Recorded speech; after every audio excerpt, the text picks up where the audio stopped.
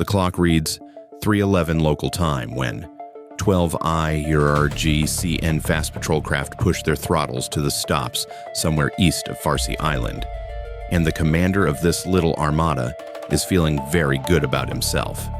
He has reason to. His timing is precise. His formation is tight. 12 boats in 2 echelons of 6, the classic swarm geometry that IRGCN doctrine has been refining for decades. His boats are fast, his crews know their roles, and in roughly 14 minutes, at current intercept speed, those boats are going to surround USS McFaul in the dark and make her look very small on Iranian state television by breakfast. He has done the math. He has studied the doctrine. He has planned for the American response. He has not, however, accounted for something that is not on any IRGCN planning chart. The fact that USS McFaul has been watching him since before he issued the order to move. USS McFaul is a Flight II A. Arleigh Burke-class guided missile destroyer, DDG-87, and she is currently holding a position in the central Persian Gulf that her captain has selected with a certain quiet professionalism. She is not hiding. Arleigh Burke destroyers do not hide. They do not need to. At 9,500 tons, armed with 96 Mark 41 vertical launch cells, a 5-inch gun, 2 Phalanx CIWS mounts, Harpoon anti-ship missiles, and an AN/SPY-1D phased array radar system that was specifically designed to handle the kind of swarm approach currently forming up 14 nautical miles to the northeast. USS McFaul is not a ship that hides from 12 speedboats. USS McFaul is the reason 12 speedboats should reconsider their life choices. But here's the thing about 3:11 local time in the Persian Gulf in August. It is, by any objective measure, completely miserable. The air temperature has barely dropped below 38 degrees Celsius. The humidity is at 91%. The sea state is 1, glassy and flat, which is good for the speedboats and not particularly relevant for McFaul, whose crew is not worried about sea state. They are worried about the fact that the ship is currently conducting a scheduled maintenance evolution on the AN/SLQ-32 electronic warfare suite. The system has been cycled down for a planned component swap that should take 45 minutes. It has now been running for 62 minutes because a replacement module arrived with a connector that does not quite match the spec, and the electronics technician working the problem has been applying a combination of technical skill and language that would have impressed a longshoreman. The SLQ-32 is the ship's primary electronic warfare sensor, the system that actively reads adversary radar emissions, classifies them, and feeds the electronic picture into the Aegis combat system. Without it, McFaul is operating on radar alone. The radar alone is the AN/SPY-1D. The 12 incoming speedboats are visible on it with crystalline clarity, but the full electronic order of battle, the emission signatures, the identification data, the frequency analysis that turns a radar return into a confirmed threat picture, is degraded until the SLQ-32 comes back online. 14 nautical miles, 12 boats, 40-knot closure rate. The SLQ-32 is 80% reassembled. The officer of the deck receives the contact report from CIC with the tone of someone who has just been told it is raining, which it is not, because nothing rains in the Persian Gulf in August. 12 fast movers, bearing 047, range 14 nautical miles, closure rate consistent with IRGCN Peykaap 2 and Seraj-class fast patrol craft. He acknowledges. He reaches for his coffee. It is not good coffee. Mid-watch coffee is never good coffee, and the urn in the wardroom has been running since 2100 local. But it is coffee, and the speedboats are 14 nautical miles away, and 14 nautical miles is a very comfortable distance to be from something McFaul can handle 17 different ways. He reports the situation to the commanding officer, who arrives on the bridge with the alert, unhurried presence of someone who has been a naval officer long enough to have a very accurate mental model of what 12 Iranian speedboats can and cannot do to an Arleigh Burke destroyer. He reviews the picture. He notes the SLQ-32 status. He notes the geometry. He issues 2 orders. Get the SLQ-32 back online and have combat put a firing solution on every contact. Both orders are already being executed. The IRGCN commander's plan is, in its own way, a genuine piece of operational thinking. The swarm doctrine was not invented by amateurs. It emerged from a coherent analysis of American naval power and its limitations.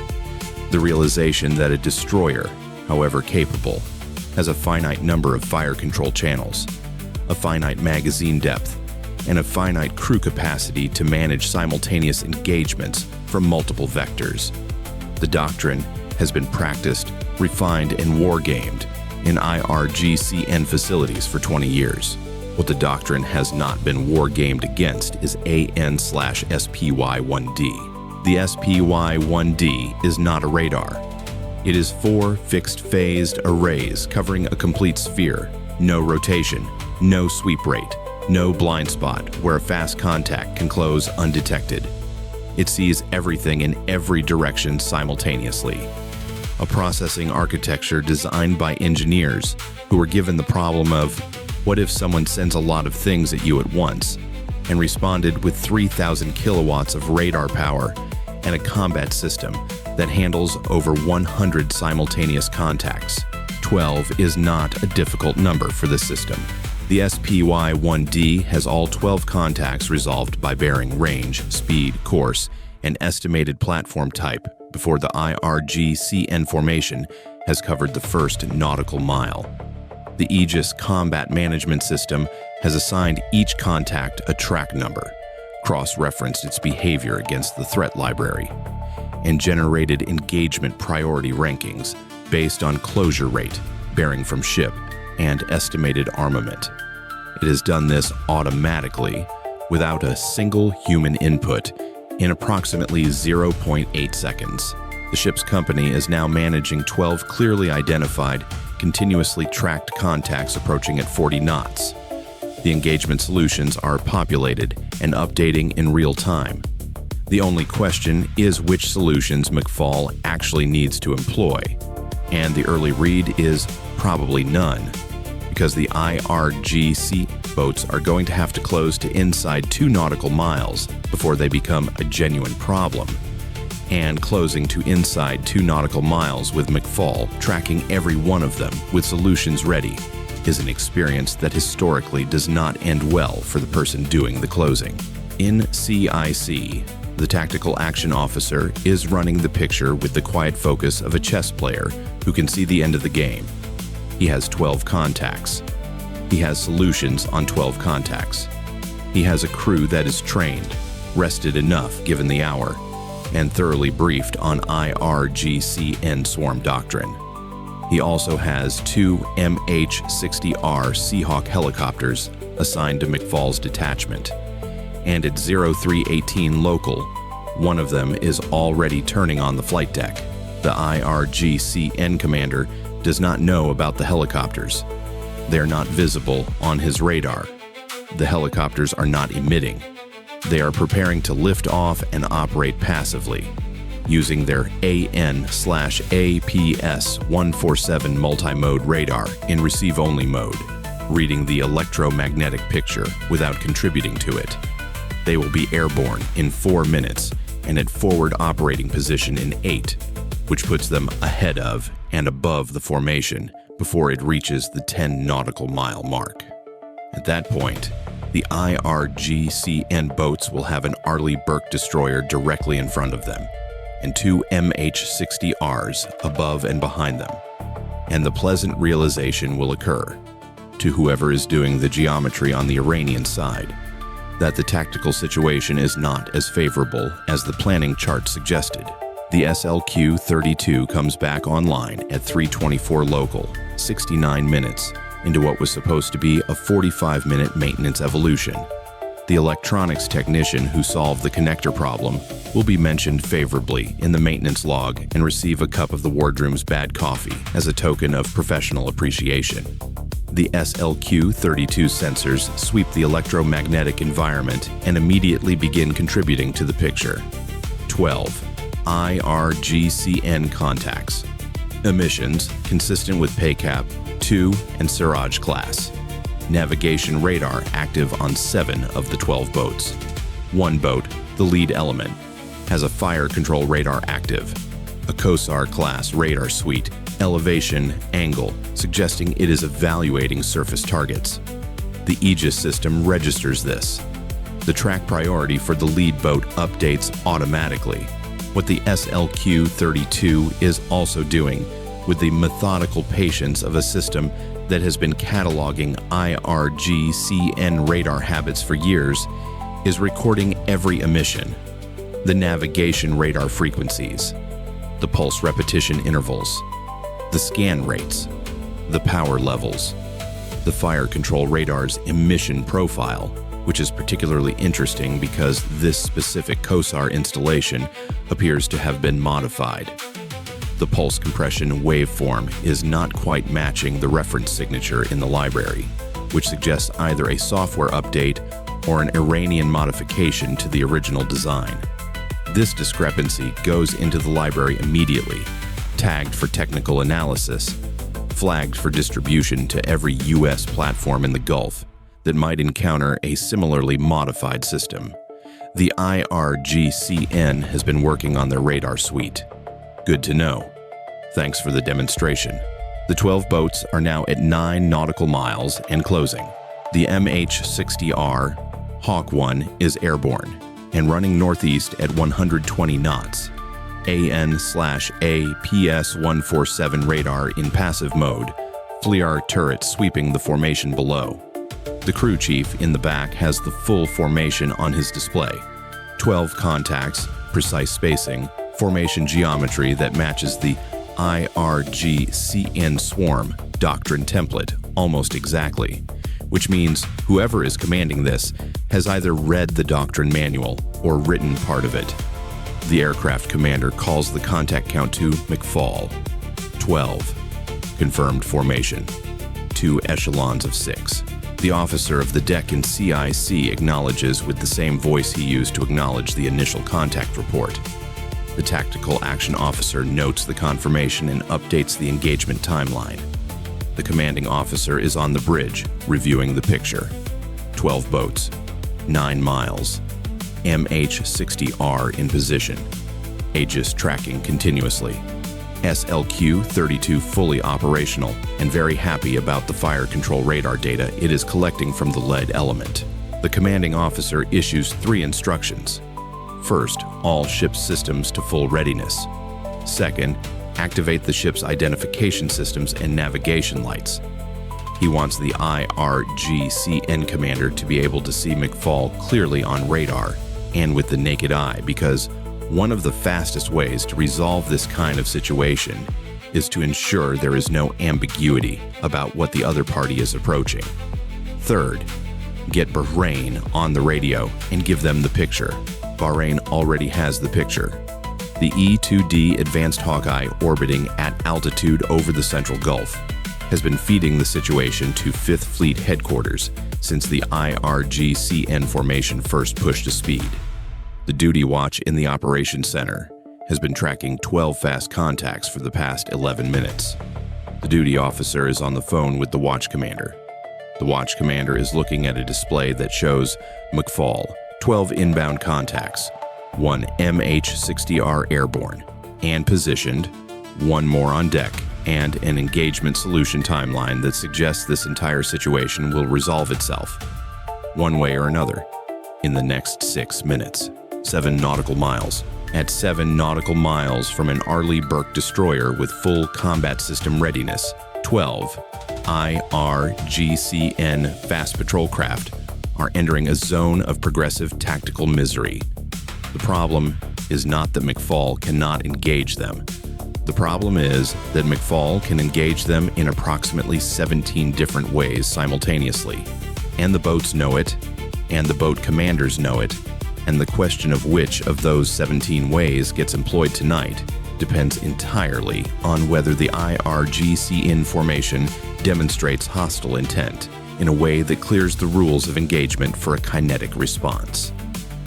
The MH-60R HAWK-1 has descended to 800 feet and is running a parallel track 2 miles north of the formation.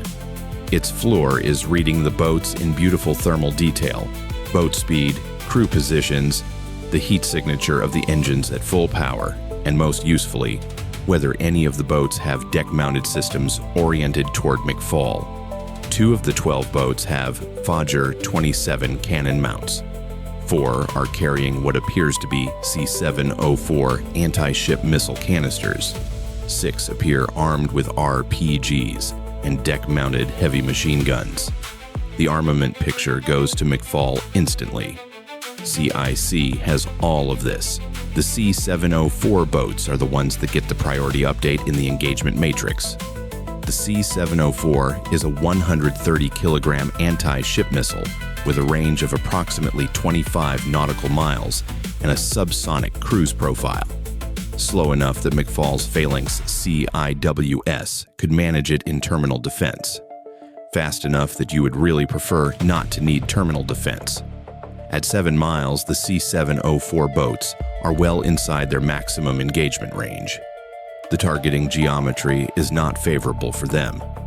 McFaul is presenting a narrow bow aspect that minimizes radar cross-section. But they are inside their engagement envelope, and the Aegis system is tracking them with the particular attentiveness it reserves for contacts that have genuine capability to complicate the morning. The tactical action officer is watching the bearing rate on every contact. Bearing rate, the rate at which a contact's compass bearing from the ship is changing, is one of the most useful pieces of information in a surface engagement geometry. A contact with 0 bearing rate and decreasing range is on a collision course. A contact with increasing bearing rate is maneuvering past.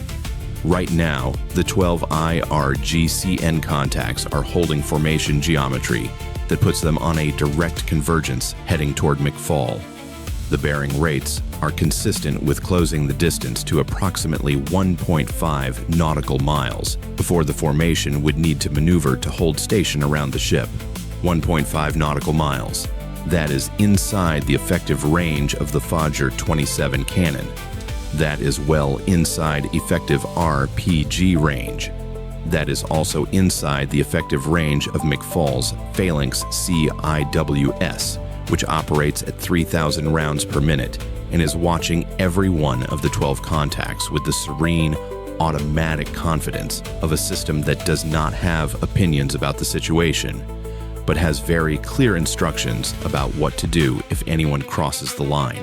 It is also, notably, inside the range at which the deck crew of an Arleigh Burke can wave at the IRGCN boats with the cheerful indifference that has become something of a U.S. Navy tradition in these situations.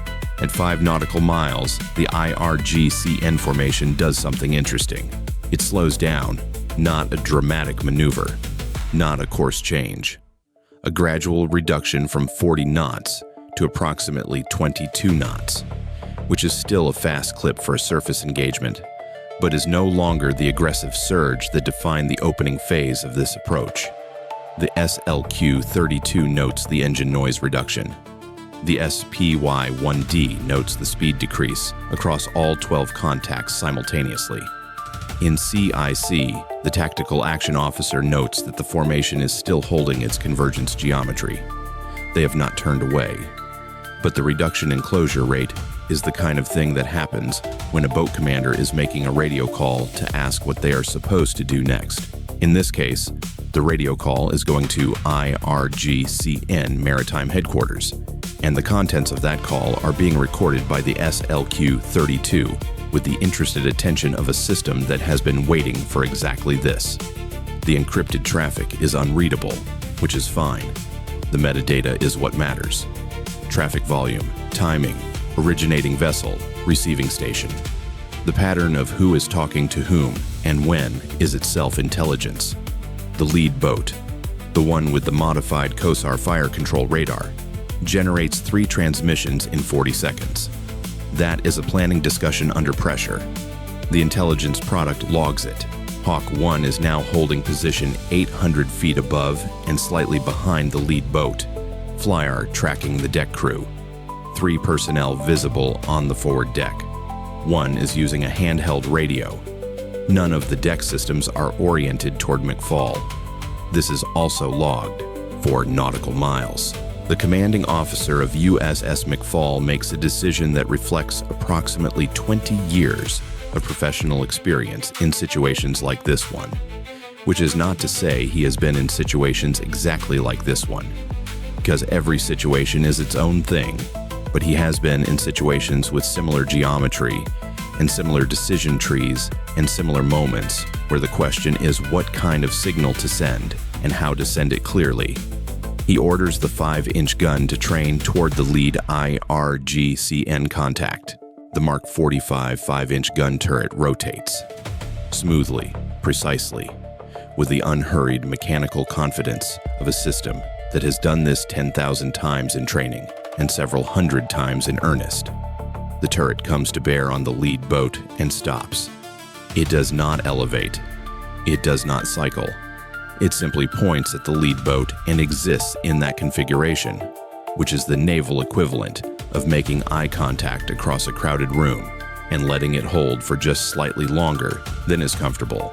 The IRGCN formation, which has been watching McFaul's deck via binoculars from 5 miles out, observes the 5-inch gun turret rotating. This information travels from the lead boat's lookouts to the formation commander in approximately 4 seconds. The formation commander makes a radio call. The 12 boats reduce speed to 8 knots. The standoff that follows is unremarkable in duration and entirely remarkable in information value.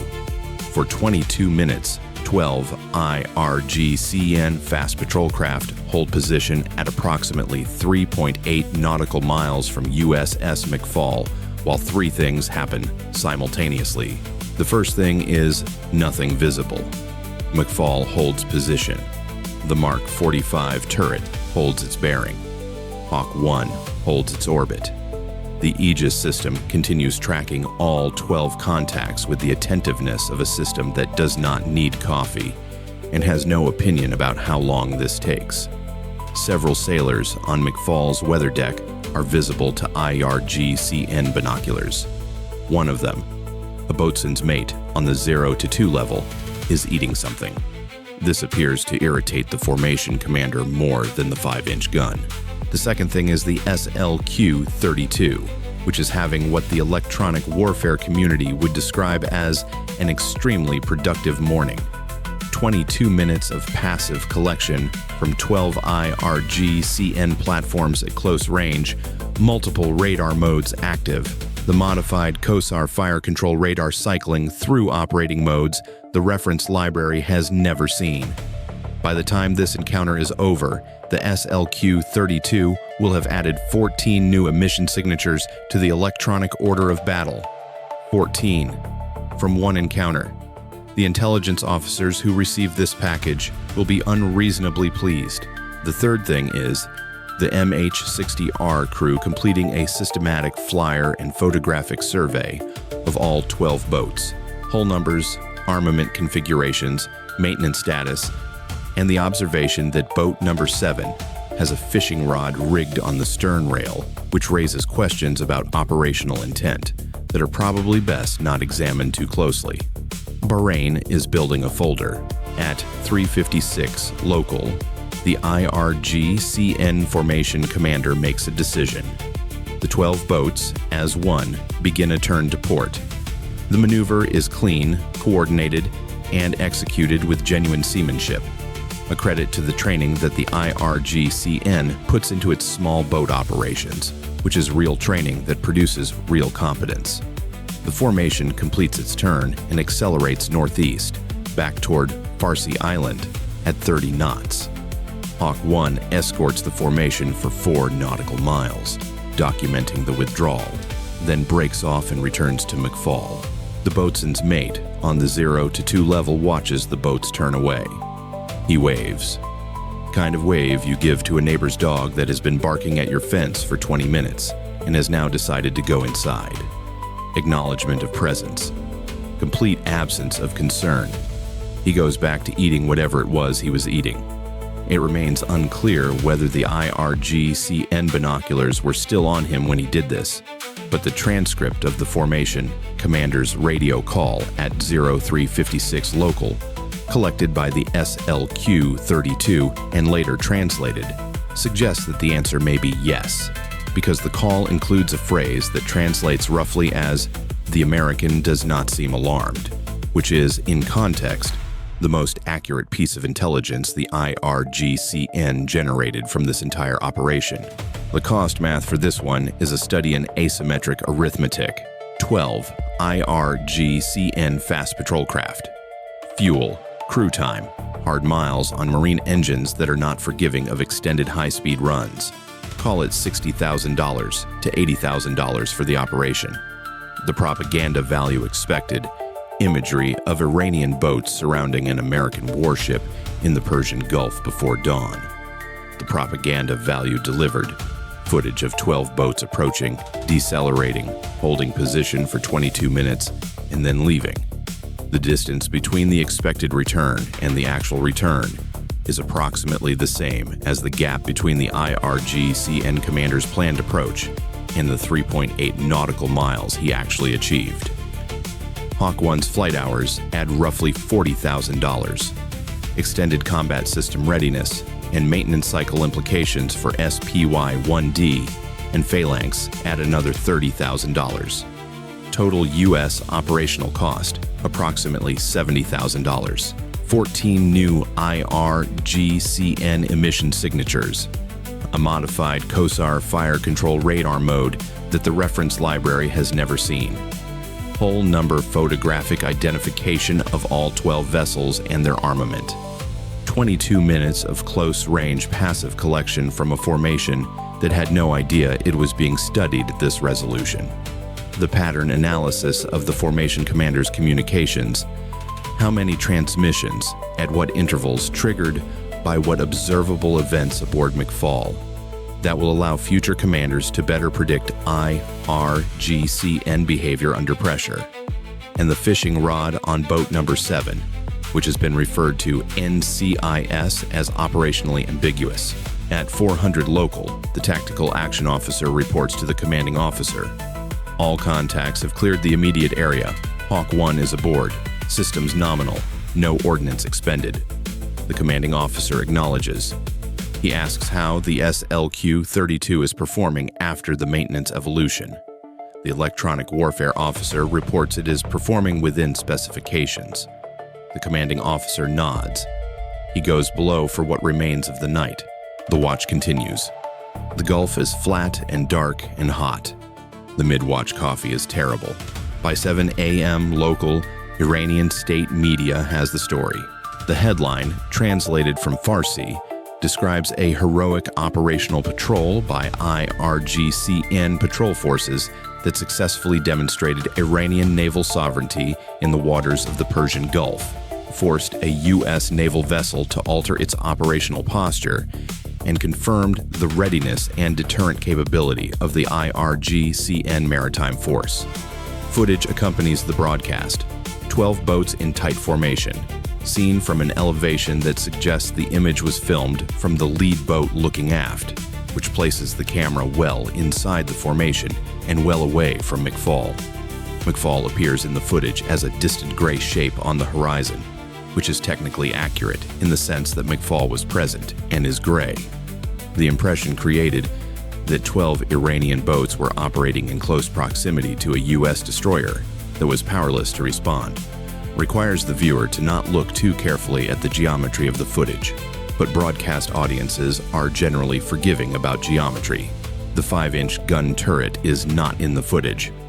HAWK-1 is not in the footage. The 14 new emission signatures are not in the footage. The boatswain's mate eating something on the 0 to 2 level is not in the footage, which is perhaps the greatest editorial oversight of the broadcast. By 800 local, 5th Fleet has distributed the SLQ-32 collection package to 6 commands. The modified Kosar signature is flagged as priority intelligence and forwarded to the Naval Research Laboratory. The hull number photos are in the IRGCN vessel database. The pattern of life analysis is in the next weekly intelligence summary. By 9 o'clock local, most of McFaul's crew is asleep. The electronics technician who solved the connector problem has been given the morning off, which is the closest thing to a medal that shipboard life offers for this category of achievement. The boatswain's mate on the 0 to 2 level is asleep. Whatever he was eating at 3:56, he finished it. The next IRGCN patrol in this area is already scheduled. McFaul will not be there. Her schedule calls for a port visit, but another Arleigh Burke will be briefed on the modified Kosar signature, the formation geometry, the communications patterns, and approximately which hull numbers to expect. The IRGCN patrol will think it is starting fresh. It will not. Every patrol teaches. The tuition is paid by the side that does not realize it is the student. Bye for now.